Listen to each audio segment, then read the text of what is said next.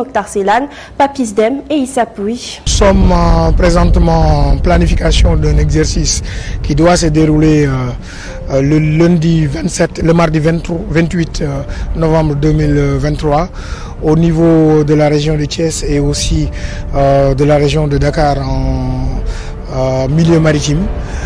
Cet exercice rentre dans le cadre de la coopération que nous avons avec le Royaume d'Espagne et aussi notre protocole d'accord que nous avons avec le Centre de coordination et de sauvetage des îles. 5 sur 5 au niveau du Centre de coordination et de sauvetage de Dakar, CCS. Ici, les services d'alerte s'activent pour localiser la zone du crash avant la recherche et le déploiement sur site. Après plusieurs tentatives radio sans succès et la perte du pro radar, la balise de détresse est enclenchée.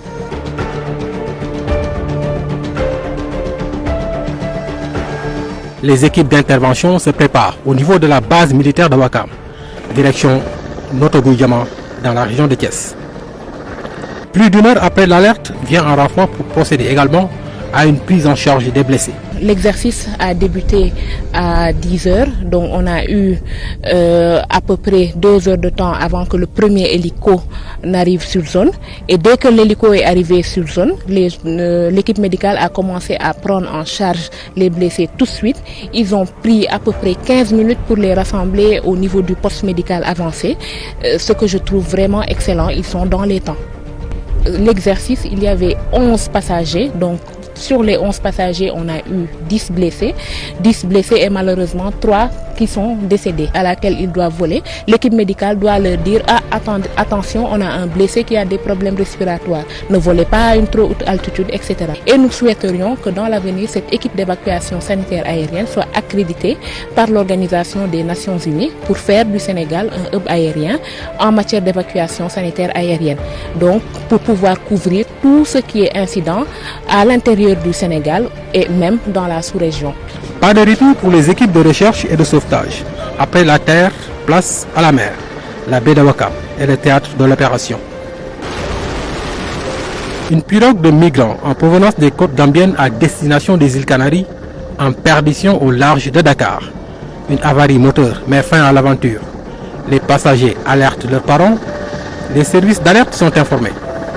Place à la recherche. Les éléments FS de l'air à bord du Mi-17 de l'armée de l'air sénégalaise et l'aéronef SAR espagnol entrent en action pour procéder à l'hélitreuillage et à l'évacuation de certains migrants mal en point. 4 au total.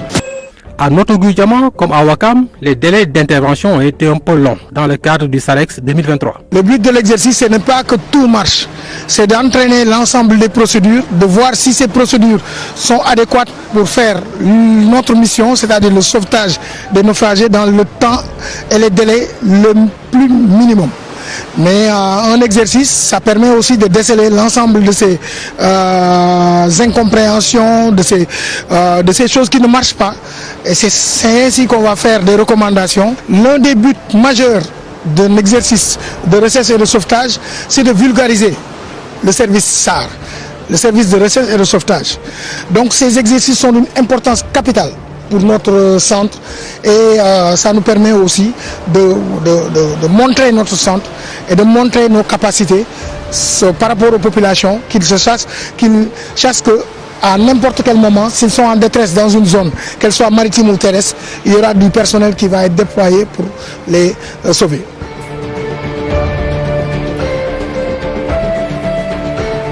L'ensemble des évaluateurs qui ont été désignés sur le site et même sur le centre ont pris des remarques, des évaluations et ils vont nous les transmettre. C'est à partir de ça qu'on va mettre le PAC, le plan des actions correctives qu'on va mettre en place pour changer nos procédures, améliorer nos procédures en relation avec le Maritime Rescue Coordination Center et aussi la Marine nationale pour mieux améliorer les délais et les raccourcir le maximum. Après 2 jours d'exercice sur terre et en mer, place au débriefing. Évaluation des procédures du service SAR, recherche et sauvetage, coordination entre les différents acteurs du système SAR, test des capacités d'intervention des hommes et du matériel. Toutes ces questions ont été passées au crible pour savoir ce qui n'a pas marché. Par exemple, l'absence du bureau enquête et analyse. Là, nous avons le search and rescue, donc rechercher et puis sauver des vies. Mais derrière ça, il y a aussi les enquêtes, par exemple. Le bureau enquête accident aura besoin de voir qu'est-ce qui s'est passé, comprendre comment l'événement s'est produit. Et pour ça, on a besoin d'un certain nombre d'indices, etc. Donc pour dire que ces différents acteurs doivent de manière concertée se déplacer, agir sur un site d'accident pour pouvoir ne pas altérer les besoins des uns et des autres.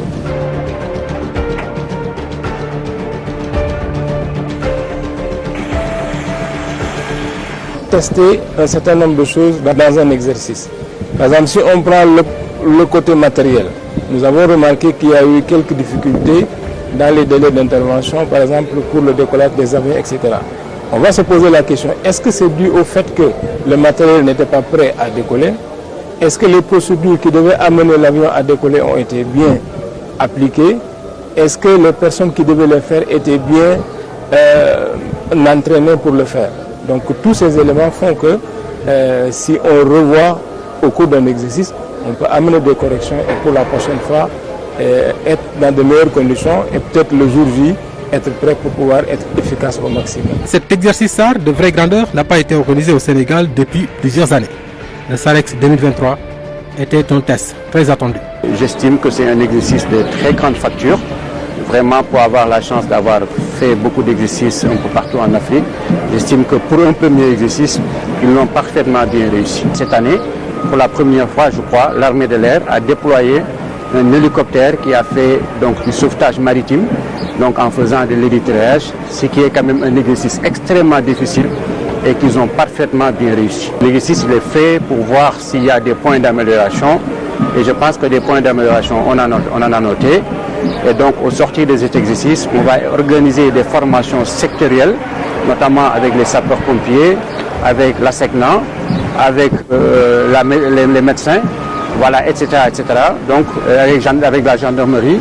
Et on va finir certainement par faire un grand atelier pour vraiment coordonner toutes nos différentes mesures pour permettre donc au centre de vraiment définitivement adopter ces nouvelles procédures et revoir également le type d'équipement qu'il doit avoir. Le centre de coordination et de sauvetage de Dakar s'est vu confier par l'Organisation de l'aviation civile internationale la responsabilité d'une région aérienne terrestre et d'une région aérienne maritime d'une superficie de plus de 5 millions de kilomètres carrés.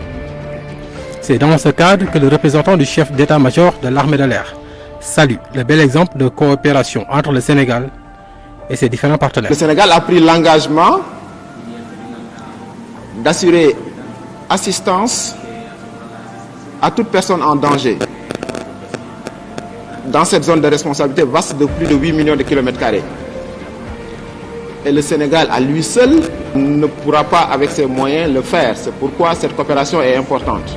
Nos SMC reviennent d'Espagne il n'y a même pas 4 semaines. Régulièrement, ils vont en Espagne se faire former. Et ceci est vraiment très important.